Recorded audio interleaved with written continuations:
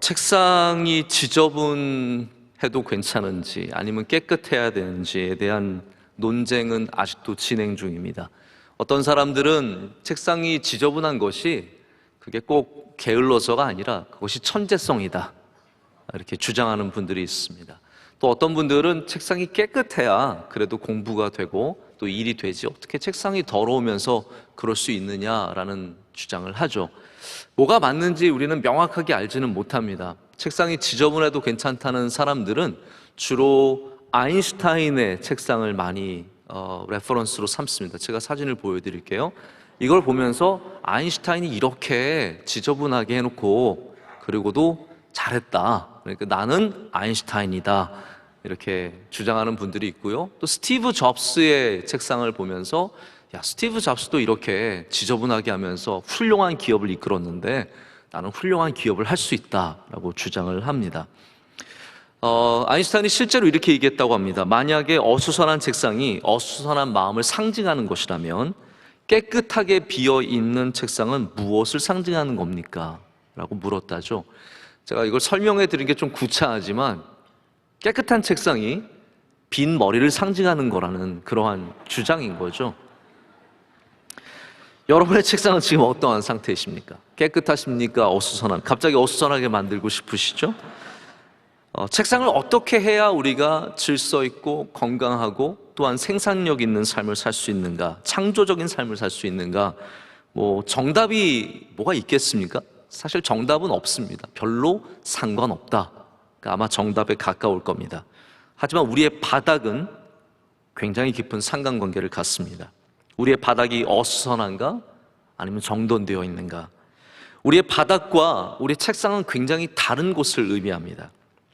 바닥은 우리의 삶이며 우리가 밟고 다니는 곳이며 우리의 삶이 일어나는 현장입니다. 이것이 정돈되지 않으면 오늘 바울이 고린도 사람들에게, 고린도 교인들에게 본보기가 되기를 원하며 보여줬던 이 바로 넘어짐의 일들이 우리 삶 가운데 일어난다라는 것이죠. 여러분, 사람은 왜 자꾸 넘어질까요? 성경은 그것이 우리가 연약하기 때문이다라고 먼저 말합니다. 이사야 40장 30절 말씀을 보면 소년이라도 피곤하며 곤비하며 장정이라도 넘어지며 쓰러진다라고 말합니다. 그러니까 우리 모두는 다 연약하기 때문에 넘어지고 쓰러지죠. 이것이 우리의 삶에 넘어지는 이유가 됩니다. 하지만 또 다른 중요한 이유가 있습니다. 그것은 뭐냐면 바로 우리의 바닥에 너무나 많은 장애물들이 놓여 있는데 그것을 우리가 무시하고 살아가기 때문입니다. 그 장애물이 있어도 내가 이것을 잘 통과해서 지나갈 것이라고 생각하는 마음이 있기 때문에 치우지 않고 정돈하지 않고 그 복잡한 곳에서, 그 문제가 많은 곳에서 발걸음을 옮기다가 넘어지게 된다라는 말입니다. 오늘 말씀은 자꾸 넘어지는 그리스도인들에게 주시는 말씀입니다. 자꾸 믿음 생활하지만 우리 삶 가운데 자꾸 시험 들고 넘어지고 우리 삶 가운데 수많은 좌절을 겪는 사람에게 주시는 하나님의 말씀입니다. 광야에서 이스라엘 사람들은 자꾸 시험에 들었습니다. 자꾸 넘어졌습니다. 그 광야에서 넘어진 사건들을 바울은 지금 보여주면서 왜 우리 그리스도인들이 이것들을 치워야 하는지, 왜 이것들을 경계해야 하는지, 왜 이것을 정돈해야 하는지 이야기해주고 있습니다. 성경은 사람들이 자꾸 넘어지는 이야기가 많이 나옵니다. 자, 처음부터 넘어졌어요. 아담과 하와는 넘어졌습니다. 그들은 하나님이 만들어주신 아름다운 에덴 동산에서 그만 넘어지고 말았습니다. 믿음의 조상이라고 불리는 아브라함도 자신의 안전을 생각하다가 넘어졌습니다. 수많은 사사들이 있지만 특별히 삼손은 이 얼마나 멋지고 힘 있는 사람일지라도 정말 망신스럽게 꽈당하고 넘어질 수 있는지를 보여주는 겁니다. 성경은 창세기부터 요한계시록까지 넘어지는 이야기가 반복해서 나옵니다. 우리 인간들은 넘어지는 게 참 부끄럽습니다. 남에게 알리고 싶어 하지 않고 감추고 싶은 마음이 많죠. 어른들 지나가다가요, 넘어지면 물론 도와드리면 참 좋지만 도와주는 거 싫어하는 분들 많습니다. 부끄럽기 때문에 가만히 놔두라는 거죠. 교회 나가시다 넘어지시는 분들 이렇게 세워지면 괜찮다고 그냥 가시면서 무릎을 막 이렇게 만지면서 가십니다. 우리가 성경에서 그토록 믿음의 로망으로 삼고 있는 다윗도 넘어졌습니다. 근데 성경은 애초에 사람을 높이는 이야기가 아니기 때문에 이 넘어진 이야기를, 우리는 감추고 싶은 그 이야기를 성경은 굉장히 자세하게 기록을 합니다. 넘어지지 말라는 거죠. 너희는 이렇게 넘어지지 말라는 겁니다. 그래서 다윗의 모든 역사서를 보면요, 이게 다윗을 중심으로 한 이야기가 분명하게 느껴집니다. 열왕기 상하를, 사무엘 상하를 읽어보십시오. 다윗의 때를 그리워하고 다윗을 높이는 말씀들이죠. 그러나 다윗이 넘어진 거는요, 그렇게 자세하게 기록할 수가 없어요. 이 밧세바의 사건을, 그 부끄러운 이야기를 처음부터 끝까지 아주 자세하게 내용을 적고 있습니다. 왜냐하면 성경은 우리가 그것을 통해서 넘어지지 말라고 말하고 싶기 때문입니다. 우리는 그 사건들을 보면서 다시 우리의 바닥을 한번 보게 되죠. 우리는 어떠한 장애물이 있는가? 우리 앞에는 어떠한 문제들이 있으며 이것을 어떻게 넘어설 수 있는가를 생각해 보게 됩니다. 오늘 말씀은 광야의 사람들이 넘어진 이유가 돌에 넘어진 게 아니라는 걸 보여주는 겁니다. 돌 때문에 넘어진 게 아니라, 모래 때문에 거기에 빠져서 넘어진 것이 아니라 우리가 예상하지 못했던 전혀 다른 것들에 넘어졌다는 것을 우리에게 보여주고 있습니다. 그래서 여러분, 넘어지는 것은 내가 빤히 알고 있는 장애물에 넘어지는 게 아니라 우리가 방심해서 치우지 않았던, 정돈되었지 않았던 그것에 넘어지게 되어 있다라는 말입니다. 성경은 그래서 우리가 무엇에 넘어지는지를 분명히 알아야 한다라고 말합니다. 할렐루야. 무엇에 넘어지는지를 알아야 하고, 그것을 아는 것이 영성이에요. 그래서 그것을 모르는 사람은 하나님을 제대로 믿고 있지 않다고 성경은 말합니다. 제가 이 넘어지는 것에 대한 말씀을 찾아보니까 성경에 정말 많더라고요. 이 넘어진다는 표현이 얼마나 많은지 모릅니다. 근데 제가 그걸 처음부터 끝까지 한번 다 훑어봤습니다. 그러던 가운데 굉장히 도전이 되고 은혜가 되는 말씀 하나를 만나게 되었는데, 잠언 4장 19절의 말씀이에요. 이런 말씀이 있습니다.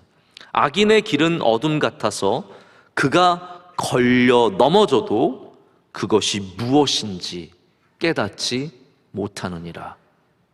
여러분, 이 말씀이 얼마나 귀한 말씀입니까?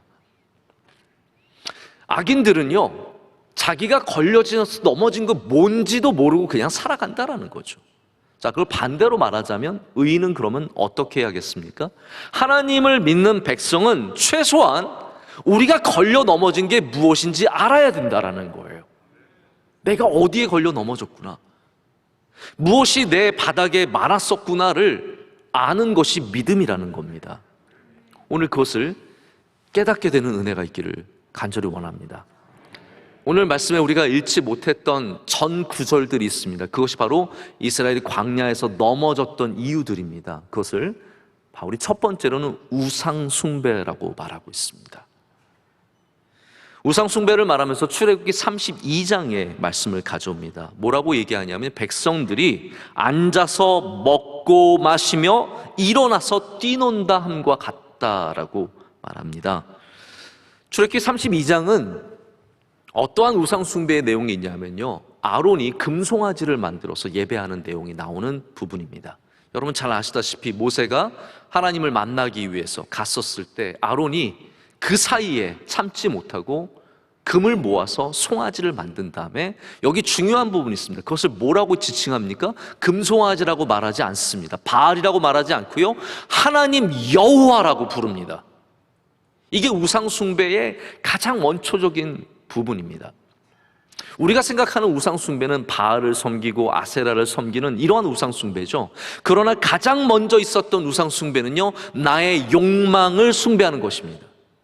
그것에 이름을 붙이는데 뭐라고 붙입니까? 우리 신앙의 이름, 믿음의 이름을 붙여서 여호와라고 부르는 거죠. 대신에 하나님을 즐거워하며 하나님을 기뻐하는 것이 아니라 그들끼리 뛰어놀며 즐거워하며 기뻐하는 것, 이것이 바로 우상 숭배라고 말하고 있습니다. 제가 어제도 새벽에 화목제에 대한 말씀을 나눴습니다. 화목제가 참 중요한 제사인데요, 화목제의 핵심은 하나님과 화목한 것인데 그 제물을 통해서 우리 이웃들과 충분히 기뻐하며 누리는 것입니다. 근데 출애굽기 32장이 공교롭게도 성경 말씀에 화목제라고 적혀 있어요. 아론이 하나님께 드린 이 제사는 그냥 우상을 숭배한 것이 아니라 화목제였어요. 문제는 무엇입니까? 하나님과의 교제는 없고 그냥 우리들끼리 뛰어놀며 즐거워하며 기뻐한 것. 다시 말씀드리자면 그들의 욕망에 순종하여 갔던 모습들입니다. 그래서 예배가 이렇게 무너질 때 그것이 우리를 넘어뜨리는 요소가 되는 것을 성경은 보여주고 있습니다. 우리가 명심해야 되는 것이 여기 하나 있습니다. 우리를 넘어지게 하는 것이 밖에 있는 것이 아니라 안에 있다는 것이죠.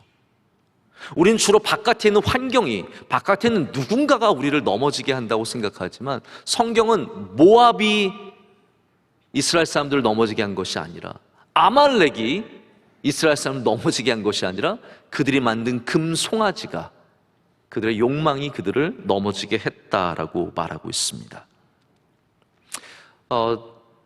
스펄전 목사님이 이런 말씀을 하셨어요. 우상 숭배는 반석이 아니기 때문에, 우상은 반석이 아니기 때문에 기대면 다 무너지게 되어 있다라고 말을 합니다. 이스라엘 백성들이 반석에, 광야지만 반석 위에 발을 내딛었어야 하는데 우상이 그들의 발밑에 있었을 때 그들은 걸려 넘어질 수밖에 없었습니다. 지금 우리를 기분 좋게 하는 것, 지금 우리를 즐겁게 하는 것, 지금 우리를 하나님보다 더 집중하게 하는 그것들이 지금은 기쁨이 되고 뛰어노는 것들이 되지만 나중에 그것들이 바로 우리를 넘어뜨리게 한다는 것을 보여줍니다. 둘째는 8절 말씀에 우리 읽지는 않았지만 음행에 대한 이야기가 나옵니다. 제가 굳이 성경의 이 민수기의 사건을 말씀드리지 않아도 음행이라는 것은요, 끊임없이 가장 중요한 사람들을 무너뜨리는 도구가 되고 있습니다. 우리는 뉴스에서, 미디어에서 음행으로 말미암아 그의 안타까운 커리어가 끝나버리는 경우를 많이 봤습니다. 이런 것에서 비교적 관대한 서양 국가에서도 주지사가, 대통령이, 수많은 사람들이 이것을 헤어나오지 못하고 그 한 번 걸려 넘어진 곳에서 끝나버리는, 이게 음행의 위험한 것이거든요. 넘어진 곳에서 다시 일어서기 힘들게 만드는 그런 일들을 많이 보게 됩니다. 여러분, 사탄은 이거를 지금도 사용하고 있고 앞으로도 사용할 겁니다. 근데 우리가 주의해야 될 것은 뭐냐면 이것을 남의 이야기로 여기지 않는 것이에요. 많은 사람들이 이런 이야기를 들으면 그냥 남의 바닥에 있는 장애물 정도로 인식합니다.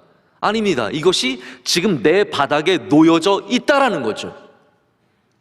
그것이 교만하지 않는 사람들의 자세예요. 내 바닥에도 그게 있다라는 것을 인정하는 것입니다. 내 바닥을 정돈해야 넘어지지 않는 것이지 남의 바닥을 지적한다고 넘어지지 않는 것은 아니기 때문입니다. 우리가 아무리 음행이 잘못됐다, 그러면 안 된다, 그러면 큰일 나지라고 말해도 내 바닥에 있는 것을 치우지 않는 이상은 우린 여전히 똑같은 위협에 노출되어 있는 것이죠. 여기 배경이 되는 민수기 25장의 사건은 이스라엘이 시딤 광야에서 모압 여인들과 음행하고 그들의 신인 바알 부올에게 제사를 드린 곳에서 시작이 됩니다. 그런데 이 사건을 통해서 바울은 그들의 잘못을 말하는 것이 아니라 고린도 교회의 문제를 지적하는 겁니다. 저도 똑같이 말씀을 드리고 싶습니다. 우리가 다 이 자리에서 예배드리는 훌륭한 다 그리스도인들이지만 이것이 우리의 바닥의 문제임을 인지할 때, 할렐루야, 우리의 바닥의 문제임을 주님 앞에 겸손하게 고백할 때 우리가 여기에 걸려 넘어지지 않는 은혜를 누리게 될 줄로 믿습니다. 세 번째는 주님을 시험했다라고 말합니다. 주님을 시험하는 것이 우리를 넘어지게 한다는 것이죠. 9절의 말씀입니다. 하나님을 시험한다는 것은 어떠한 의미일까요? 왜 하나님을 시험한 이스라엘이 넘어졌을까요? 오늘 본문에서 일어난 상황을 우리가 짚어보면 주님을 시험했다는 말은 어떠한 의미냐면요, 주님께 도전했다라는 말입니다. 이 역시 민수기의 21장의 배경이 되는 사건을 말하고 있습니다. 지금 바울은 구약 성경을 완전히 통달한 사람이에요. 그리고 이것을 듣고 있는 많은 고린도 교회 사람들도 구약의 이야기를 아는 사람들이기 때문에 굉장히 그들에게 익숙한 이야기를 통해서 그들의 현재의 삶의 자리에 바닥의 문제를 지적하고 있는 겁니다. 민수기 21장에는 어떠한 사건이 나오냐면 한번 생각해 보시길 바랍니다. 굉장히 중요한 의미를 갖고 있어요. 이스라엘은 지금 빨리 광야를 지나서 가나안에 들어가고 싶은 마음이죠. 여러분, 누가 이렇게 긴 여정을 좋아하겠습니까? 그런데 가다가 모압 지역을 지나가야 하는데 모압이 못 지나가게 합니다. 그래서 돌아가야 하는 상황이 생겼어요. 굉장히 어려운 상황이죠. 근데 그때 이스라엘 사람들이 시험에 드는 거예요. 이게 마음에 들지 않는 거죠. 왜냐하면 우리는 빨리 가고 싶고 우리는 이 길, 내가 원하는 이 길을 걸어가고 싶은데 길이 돌아가게 되니까 성경에 뭐라고 적혀 있냐면 길로 말미암아, 우리도 길로 말미암아 하나님께 시험 들 때가 많잖아요. 길로 말미암아 백성들의 마음이 상했다라고 적고 있습니다. 우리의 삶 중에 우리가 원하는 길이 열리지 않고 내 마음대로 되지 않으면 화가 나고 돌아가야 하면 어느새 우리는 인내심을 잃어버립니다. 우리 한국은 도로공사를 굉장히 잘하는 편이라서 그런 일들이 별로 없지만 외국에 나가면요, 도로공사를 하면은 이렇게 돌아가라는 사인이 있는데 이게 한도 끝도 없습니다. 정말 때로 돌아가야 할 때는 20분, 30분을 돌아서 가야 하는 안타까운 일들이 생기기도 하는데, 그러면 당연히 우리는 마음속에 짜증이 나고 힘들죠. 우리 모든 사람들이 대부분 그렇습니다. 근데 우리 왜 하나님 앞에 그러한 자세를 갖게 되냐면요, 우리가 하나님을 온전히 신뢰하지 못하기 때문입니다. 인생에 돌아가는 길, 그럼 때로는 1년이 늦춰지기도 하고 6개월이 늦춰지기도 하고 우리가 전혀 예상하지 못한 다른 길로 가야 하는 때도 있지만, 하나님을 신뢰하는 사람은 하나님을 시험하지 않습니다. 여러분, 우리가 걸려 넘어지는 이유가 무엇입니까? 주님을 시험한다는 말은 다시 말해서 주님을 신뢰하지 못하기 때문이라는 것이죠. 주를 시험했던 자들이 넘어진 것처럼 우리가 주님을 신뢰하지 못할 때 넘어지는 많은 일들이 생깁니다. 교만한 겁니다. 교만한 것. 제가 교만을 생각해 보니까 교만한 게 어떠한 현상들을 갖고 있냐면, 내가 원하는 대로 되지 않을 때 성을 내는 것, 이것이 교만의 굉장히 중요한 사인인 것 같습니다. 그래서 이스라엘은 하나님을 시험했고 결국은 하나님으로 말미암아 넘어지게 되는 이러한 안타까운 일을 당하게 됩니다. 네 번째, 바울이 보여주는 본보기로서의 마지막 네 번째는 원망입니다.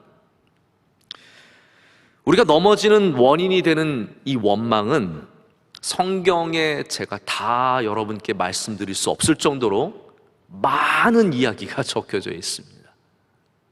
이스라엘은 원망에 익숙한 사람들이었습니다. 왜냐하면 그들은 노예였기 때문이에요. 자, 이게 굉장히 중요한 영적인 부분입니다. 하나님의 백성은 원망하지 않습니다. 그러나 노예로 살면 항상 원망하게 되어 있습니다. 여러분이 직장에 일하실 때도 그 직장의 노예처럼 살면 원망할 수밖에 없습니다. 그러나 그 직장의 주인이 되면 원망하지 않습니다.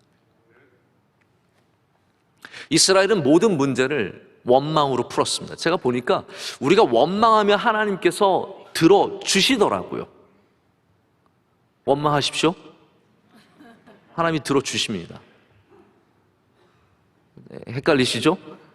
자, 보십시오. 광야에서 이스라엘 백성들이 배고파서 원망했습니다. 하나님께서 만나를 주셨습니다. 자, 원망하니까 만나를 주셨어요. 익숙해지는 겁니다. 자, 고기가 먹고 싶어요. 하나님, 우리 옛날에 애굽에 살 때는 고기도 먹고 마늘도 먹고 파도 먹었는데 이게 뭐 하는 겁니까? 하나님 메추라기를 주셨어요. 원망하니까 주시더라고요. 목말라서 하나님 원망하니까 물 주시더라고요. 원망하니까 자꾸 주세요. 그래서 이스라엘은 끊임없이 하나님께 원망함으로 무엇인가를 얻어냈습니다. 이게 아직까지 하나님의 백성이 되지 못한 이스라엘의 모습이에요. 근데 하나님께서 정말 원하셨던 것은 무엇입니까? 감사함으로, 간구함으로 얻어내는 것. 우리가 달라져야 되는 부분이 여기 있습니다. 원망하면 넘어지는 것이고요, 감사하면 서게 되는 것입니다. 그래서 감사함으로 간구한 사람도 똑같이 얻게 되는데 너무 다른 거예요. 이스라엘은 항상 원망했습니다. 근데 이 원망이라는 단어도 뭐 멋진 원망도 아니에요. 뭐 불평해서 하나님 이런 것들이 문제니까 고쳐주세요 이런 것도 아니고요. 수군거리는 것, 뒤에서 군시렁거리는 것, 그럼블링 하다고 성경은 표현하고 있습니다. 이게 앞에서는 말 안 하고요, 뒤에 가서 계속해서 군시렁거리는 걸 말하는 겁니다. 제가 교회에서 일을 해봐도 무엇인가 일을 하자 그러면 군시렁거리는 분위기가 느껴질 때가 있습니다. 당연히 그렇겠죠. 근데 결국은 그러한 분들이 자꾸 넘어지게 되어 있다는 거예요. 우리 영적으로는 우리 더 이상 원망하지 않는 주님의 백성들이 되기를 원합니다. 여러분 가운데 감사로 간구하는 은혜가 있으셔야 합니다. 똑같은 것을 얻어도 원망해서 얻느냐 감사해서 얻느냐는 너무 큰 차이가 있지 않겠습니까? 이스라엘은 결국은 이 원망으로 말미암아 모든 자리에서 자꾸 넘어지는 그러한 안타까운 일들을 보게 됩니다.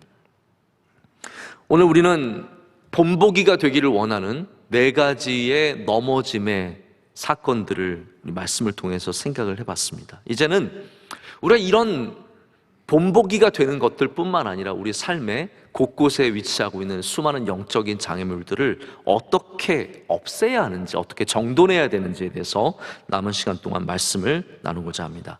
정돈은 이거를 꼭 말씀드리고 싶습니다. 제거에서 시작하는 겁니다. 무엇을 제거할 수 있느냐? 영성가로 잘 알려주신 달러스 윌라드라고 하는 목사님은 이렇게 말합니다. 이 시대의 영적인 삶의 가장 큰 적은 바쁨입니다. 당신의 삶에서 가차없이 바쁨을 제거해야 합니다 라고 얘기합니다. 저는 이 바쁨을 제거하는 것도 참 중요한데요, 이걸 제가 나눌 시간이 도저히 안 되고요, 다음에 한번 기회가 있으면 이 바쁨에 대한 좀 말씀을 나누기를 하고, 오늘은 이 단어를 여러분께 좀 제가 주입을 시켜드리고 싶어요. 가차 없이 제거하는 것, 인정사정 없이 제거하는 것. 우리가 무엇인가를 정돈하려면요, 애착을 갖고는 정돈하기가 참 어렵습니다. 무엇인가를 없애기 위해서는 가차 없이 없애는 자세가 필요합니다. 제가 오늘 여러분께 정리법에 대한 말씀을 드리는 건 아니지만, 정리하기 위해서 우리가 가져가는 자세가 바로 이런 가차 없이 없애는 자세라는 거죠. 우리가 갖고 있는 대부분의 물건들을 없애지 못하는 이유가 있습니다. 그런 것은 왜냐하면 그것들이 감정적으로 우리가 어떠한 가치를 갖고 있기 때문이에요. 저희 아이들이 지금 많이 컸는데요, 아이들 옷 중에 버리지 못하는 옷이 있어요. 여러분의 아들이 지금 23살인데 아직도 6살 때 옷을 갖고 계신 게 있으실 거예요. 언제 입히시려고요? 못 입어요. 하지만 이 옷을 보면 우리는 그게 그 아이의 옛날을 생각하게 하기 때문에 도저히 버릴 수가 없는 거예요. 그래서 우리는 그것을 자꾸 버리지 못하고 간직하게 되고 그게 짐이 되죠. 가차없이 버려야 돼요. 여러분의 아들이 다시 6살이 되면 좋겠습니까? 그 고생 다시 하시려고요? 우리는 옷을 보면서 이거 언젠간 입겠지 라는 큰 꿈을 갖습니다. 이거 내년에 한번 입을 것 같은데, 지난 5년 동안 한 번도 안 입었는데 내년에는 왠지 입을 것 같아서 버리지 못합니다. 내년에는 5kg 빠지지 않을까? 아닙니다. 그 옷 다시는 못 입습니다. 가차 없이, 인정사정 없이 없애야 돼. 그래서 모든 물건들은 어떠한 가치를 갖고 있기 때문에 그것을 가차없이 대하지 않는 이상은 없애기 힘들다는 거예요. 제가 어제 우리 집사님 한 가정을 만나서 오랜만에 인사를 나눴어요. 이 2따님이 계시는데 2딸 다 제가 주례를 했고, 우리 청년대학부에서 제가 양육을 했고, 또 그 사위들도 우리 다 청년대학부를 나온 우리 교회에서 자란 형제 자매들이에요. 근데 마침 이 첫째 딸이 둘째 출산을 앞두고 있어서 온 가족을 함께 만나서 인사를 나눴습니다. 첫째 사위가 학교 선생님인데 이야기를 하다 보니까 제가 그런 얘기를 했어요. 너 요즘에 인스타그램 안 하더라. 내가 요즘에 가끔 보면 너 피드가 안 올라오더라. 그랬더니 목사님 어떻게 하셨어요? 제가 가정도 돌봐야 하고 학교 일도 많은데 제가 너무 인스타그램 이렇게 쓰는 것 같아서 제 핸드폰의 앱에서 없앴어요. 그러는 거예요. 이게 그냥 안 하는 게 아니라 앱을 지웠대요. 제가 그래서 오늘 마침 이 말씀을 준비하고 있어서 제가 칭찬을, 너는 가차없이 행하는 사람이다. 잘했다. 여러분, 그런 겁니다. 가차 없다는 것은요, 뭐 조금 덜 해야지, 나중에 해야지, 그것이 아니라 없애는 거예요. 내 바닥에서 제거를 하는 겁니다. 여러분, 혹시 정돈하시는데 여러분의 앱에서 유튜브 없애실 수 있으십니까? 물론 우리가 예배 드려야 하고 또 말씀도 드려야 하니까 있어야 하지만, 여러분이 정말로 중요하다고 생각하는 것들 가차없이 없앨 수 있으시겠냐라는 거죠. 우리 삶이 굉장히 복잡해집니다. 다양해집니다. 우리 바닥에 얼마나 많은 것들이 쌓여 있는지 모릅니다. 때로는 위험한 것들이 쌓여 있고, 때로는 영적으로 여러분에게 큰 해를 끼치는 것들이 쌓여 있는데, 우리가 가차없이 제거하는 마음을 갖지 않고서는 이것들을 없앨 수가 없다라는 것이죠. 이런 영적인 장애물들을 그대로 두고 나는 괜찮을 거야 라고 생각하는 게 어떠한 자세입니까? 오늘 12절 말씀에 그거죠. 교만한 자세인데요, 그런즉 선줄로 생각하는 자는 넘어질까 조심하라. 자, 보십시오. 영적으로 깨어있는 자세가 무엇입니까? 넘어질까 봐 조심하는 것. 이것이 영적으로 깨어있는 사람의 자세라는 겁니다. 저는 가차없이 없애는 것을 생각하면 뭐 다른 예도 많겠지만 예수님이 가장 먼저 떠오르더라고요. 마태복음 6장에 보면 예수님께서 오병이어의 기적을 행하신 사건이 나옵니다. 오병이어의 기적을 행하셨을 때 정말로 크고 놀라운 사건이었기 때문에 수많은 사람들이, 성경에 보면 물이라고 적고 있습니다. 얼마나 많은 사람인지 우리는 예측할 수가 없습니다. 그 많은 사람들이 먹고 기분이 좋아져서 이 놀라운 일을 행하신 예수님을 임금으로 삼으려고 했다라고 성경은 기록을 하고 있습니다. 그때 예수님께서 어떻게 하셨습니까? 성경 말씀을 보면 예수님께서 무리와 작별하셨다라고 되어 있어요. 이것은 의도적인 겁니다. 그냥 떠나신 정도가 아니라 무리와 작별하시고 산에 기도하러 가셨다라고 적고 있습니다. 여러분, 이게 얼마나 본이 되는 귀한 말씀입니까? 주님은 주님의 바닥이 영적인 장애물로 채워지는 걸 원치 않으셨습니다. 나의 명예가 높아지는 거, 인기가 높아지는 거, 많은 사람들이 박수 쳐주는 거, 이거 언제든지 작별하실 수 있으셨고, 오직 하나님과의 관계 속에서 영적인 중심을 잡으려고 하셨습니다. 산에 기도하러 가셨습니다. 예수님께서 넘어지시지 않은 이유가 뭐 중심을 잘 잡으셔서 그런 많은 것들이 있겠지만, 이렇게 항상 영적인 장애물을 제거하시는 바로 기본의 자세가 있으셨기 때문입니다.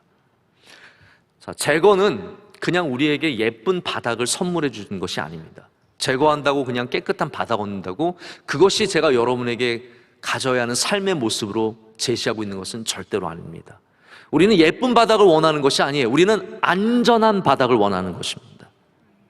우리가 제거함으로 인해서 얻을 수 있는 두 가지가 있는데요, 제가 남은 시간 동안 그걸 말씀을 드리겠는데, 첫 번째는 안전을 우리는 얻을 수 있습니다.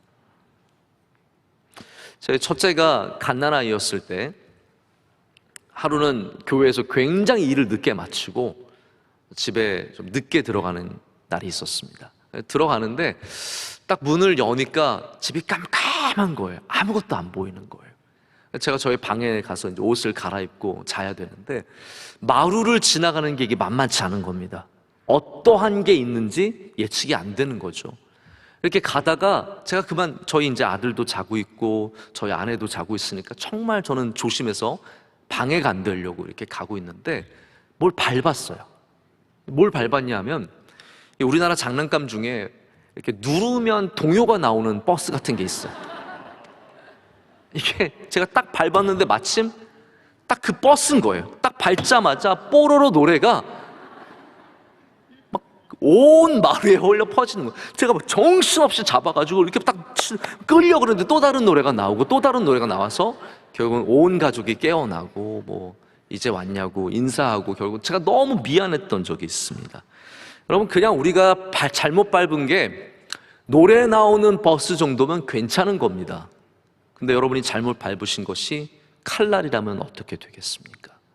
여러분이 잘못 밟은 것이 늪이면 어떻게 되겠습니까? 노래가 나오는 차가 아니라 우리의 생명을 위협하고 우리로 넘어지게 하고 다치게 하고 무너지게 하는 것이라면 어떻게 되겠냐라는 거죠. 사람이 넘어지는 이유가 다양하겠지만 그 큰 이유 중에 하나가 제가 오늘 말씀을 드리는 것은 바닥에 너무 많은 것들이 있기 때문입니다. 잘못된 것들이 있기 때문입니다. 넘어지는 정도가 아니라 잘못 넘어져서 우리를 죽게 하는 정말 위험한 것들이 있습니다. 특별히 우리가 삶의 속도가 붙으면 바닥에 있는 게 잘 보이지 않습니다.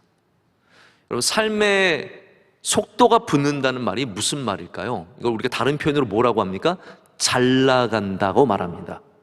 자, 잘 나가는 것은 삶의 속도가 빨라졌다는 뜻이에요. 여러분의 속도가 만만치 않다는 뜻입니다. 잘 나가는 사람이 넘어질 때 크게 넘어지는 것이고 다시 재기하기 힘들 정도로 어렵게 넘어지는 것을 보게 됩니다. 며칠 전에도 뉴스가 참 안타까웠는데 한 술 취한 중년 남성이 밤에 한밤중에 도로에다가 이 경계석이라고 하는 큰 콘크리트 돌을 던져놓은 거예요. 그리고 지켜본 거예요. 버스나 차나 오토바이가 그거를 치고 사고가 나는 것을 지켜보는 거예요. 아니나 다를까 얼마 지나지 않아서 한 젊은 청년이 그 밤에 오토바이 배달을 하기 위해서 정말 빠른 속도로 달려가다가 그 경계석을 보지 못하고 거기에 부딪힙니다. 그리고 넘어졌는데 안타깝게도 사망하는 사고가 됩니다. 여러분, 이게 얼마나 가슴 아프고 잔혹한 일입니까? 하지만 이것이 우리의 삶에 충분히 일어날 수 있는 일이라는 거죠. 마귀는 여러분의 삶에 경계석을 던져놓습니다. 그리고 우리가 그것을 보고 있는지 안 보고 있는지 치우는지 안 치우는지 옆에서 지켜보고 있는 거죠. 빨리 달리고 정신없이 달리고 잘 나가면 그게 잘 안 보입니다. 이래도 괜찮은 줄 알고 다 괜찮은 줄 알고 그냥 달려가다가 거기에 부딪히게 되고 우리의 생명이 위협을 받게 되어 있습니다. 여러분의 삶에 잘 정돈하는 일이 필요합니다. 할렐루야. 이 얼마 남지 않은 올해에 좀 잘 정돈하는 은혜가 있기를 축복합니다. 여러분, 관계가 많으면 많을수록 좋다는 것은 절대로 아닙니다. 다 우리가 할 수 없는 것들이 너무나 많습니다. 거기에 다 걸려 넘어지게 되어 있습니다. 물질 많으면 많은 것이 좋은 것이 아닙니다. 다 갖고 있다고 우리가 행복해지는 것도 아니죠. 오히려 그것이 우리를 걸려 넘어지게 합니다. 영적인 정돈이 있는 저와 여러분 되기를 원합니다. 두 번째 정돈은 굉장히 의외의 결과를 나타냅니다. 정돈하면 어떤 은혜가 있냐면요, 열매가 맺히는 은혜가 있습니다. 자, 요한복음 15장에 예수님께서 굉장히 아름다운 비유를 주시는데 포도나무의 비유죠. 근데 이 시작점이 뭐냐면 포도나무를 깨끗하게 하시는 하나님에 대한 이야기로 시작이 됩니다. 포도나무를 하나님께서 정돈하세요. 가지가 많이 열렸는데 야, 가지 많다, 행복하다, 그렇지 않으시고요, 열매를 맺지 않는 가지들은 다 가위로 잘라내십니다. 정돈하십니다. 이게 이제 농사 전문 용어로는 프룬이라고 해서 가지 정돈하는, 가지를 제거하는 작업을 하시는 거죠. 여러분, 예수님께서 보이시는 하나님의 모습이 무엇입니까? 정돈하시는 하나님. 바로 그렇게 정돈할 때 포도나무에 많은 열매가 맺히는 것을 주님께서는 우리에게 말씀하십니다. 자, 지난번 뉴욕에 갔을 때 우리 교회에 계셨던 부목사님 한 분이 브루클린에 있는 한인교회의 담임 목사님이 되셔서 마침 그 교회 주일 예배를 참석하고 인사를 좀 나눌 기회가 있었습니다. 예배를 마치고 이제 성도들과도 제가 좀 인사를 나누고 밖에 나와서 교회를 이렇게 보는데, 교회 주차장이 있고 앞마당이 있는데 그 마당 저 벽에, 끝에 있는 벽에 감나무 두 그루가 있는 거예요. 저는 감나무, 이런 나무 참, 대추나무 이런 나무 참 좋아하거든요. 그래서 가서 보니까 이 감나무가 크기가 나무가 이렇게 키가 크지가 않아요. 제 키 정도밖에 되지 않는 감나무 두 그루인데, 신기하게도 여러분, 감에서 대봉이라는 거 혹시 아세요? 이렇게 납작한 감이 아니라 길쭉한 감, 딱 보기만 해도 좋은 감 있잖아요. 그 대봉감이 그 작은 나무에 무거울 정도로 많이 열린 거예요. 제가 너무 신기해가지고, 저는 감이 그렇게 많이 열린 거 정말 본 적이 없거든요. 그래서 제가 혹시 하나라도 떼어줄까 싶어가지고 제가 언지시 이 감이 어떻게 열렸냐 그랬더니 전혀 떼어주진 않고 딴소리를 하더라고요. 근데 그 열매가 맺힌 이야기가 제게 굉장히 많이 도전이 되고 은혜가 되었습니다. 감나무를 심은 지 10년 넘었대요. 근데 한 번도 열매가 안 맺혔대요. 근데 2년 전에 어떤 일이 있었냐면, 그 얼마 되지 않는 공간, 거기에 감나무가 있고 다른 나무 두 그루가 있었는데, 이 두 그루 나무가 커가지고 옆집에서 컴플레인을 했대요. 그 집에서 이 나무가 방해가 되니까 이 나무를 없애달라고 시에게 컴플레인을 했는데, 이 또 뉴욕이라는 곳이 그런 게 있으면 자르라고 명령이 들어오는 거예요. 그래서 이 아까운 나무를 두 그루를 잘랐대요. 근데 놀랍게도 이 두 그루의 나무를 자르자마자 그 다음 해부터 열매가 갑자기 맺히기 시작했다라는 거예요. 저는 나무를 잘 모르지만 원로 목사님께서 감나무를 굉장히 잘 아세요. 뭐 다 아시지만 특별히 감나무를 잘 아세요. 제가 언젠가 한번 여기에 감나무 심으면 좋지 않을까요? 이렇게 말씀을 드렸더니 원로 목사님 하시는 말씀이, 여긴 너무 좁아서 나무가 안 돼 라고 말씀하시더라고요. 제가 그게 이해가 갔어요. 감나무는 굉장히 많은 땅을 필요로 하고 에너지를 필요로 하고 영양을 필요로 합니다. 그런데 다른 나무들이 그곳을 차지하고 있었기 때문에 열매가 안 맺혔던 거예요. 여러분, 우리 삶에 이런 일들이 얼마나 많은지 모릅니다. 우리는 내가 노력을 안 해서 열매가 안 맺히는 건가? 걸음을 덜 줘서 열매가 안 맺히는 건가? 올해는 열매가 안 맺히는 해인가? 이런 많은 생각을 해보는데 우리가 보지 못했던 게 뭐냐면요, 바닥이 복잡했던 거예요. 바닥에 너무 많은 장애물이 있었더라는 거죠. 그 장애물을 치우니까 열매는 저절로 맺혀지는 겁니다. 여러분, 우리가 하나님을 잘 믿는다는 것이 무슨 말입니까? 하나님을 믿기 위해서 장애물들을 제거한다는 말입니다. 우리가 주일날 교회 나오기 위해서 장애물들 여러 개를 치워야 나올 수 있습니다. 새벽 예배 나오려면요, 더 많은 장애물을 치워야 합니다. 말씀을 읽으려면 장애물을 치워야 하고, 기도하려면 장애물을 치워야 하고, 사랑하려면 장애물을 치워야 합니다. 그리고 놀라운 것은 거기에 열매가 맺힌다라는 것이죠. 제가 말씀을 정리하고 맺고자 합니다. 오늘 우리가 바닥을 정돈하기 원하는 이유는 단순히 어떠한 미적인 그런 결과물을 얻기 위해서가 아닙니다. 이 시대가 인테리어의 시대입니다. 모두가 아름다운 집을 원하고, 집을 예쁘게 꾸미기를 원하고, 거기에 많은 돈을 투자합니다. 제가 여러분의 삶에 원하는 바닥은 이태리제 수입산 대리석이 깔린 바닥이 아닙니다. 저는 여러분에게 지금 예쁜 바닥을, 더 넓은 바닥을 만들라고 말씀을 드리는 것이 아니라, 비록 흙바닥일지라도 타일 바닥일지라도 어떠한 바닥일지라도 그곳이 안전하고 정돈되어 있기를 바라는 것입니다. 그러기 위해서는 우리 다시 한번 우리의 바닥을 살펴봐야 합니다. 여기 어떠한 영적인 장애물들이, 여기 우상 숭배가 있는지, 음행이 있는지, 주님을 시험하는 것이 있는지, 원망이 있는 것이 있는지, 이것들을 바라보면서 그 정돈할 때 하나님께서 여러분의 바닥 가운데서 안전하게 지켜주실 줄로 믿습니다. 또한 안전하게 지켜주실 뿐만 아니라 여러분의 바닥에서 있는 그 귀한 나무들마다 여러분이 예상하지 못했던 열매를 맺게 되는 은혜가 있기를 진심으로 축복합니다. 기도하시겠습니다. 하나님 아버지, 감사합니다. 오늘도 우리를 불러주시고 우리 연약한 바닥을 바라보게 하심을 감사합니다. 정신없이 채워왔던 이 바닥에 하나님 다시 말씀을 부어주셔서 모든 것들이 다시 영적으로 정돈되게 하여 주시옵소서. 악하고 더럽고 죄악된 것들은 다 제거하게 하여 주시오며, 하나님이 주신 평안이 우리 바닥에 가득하며 그로 말미암아 안전함과 열매를 맺게 되는 은혜가 있을 줄로 믿습니다. 예수님의 이름으로 기도드립니다. 아멘.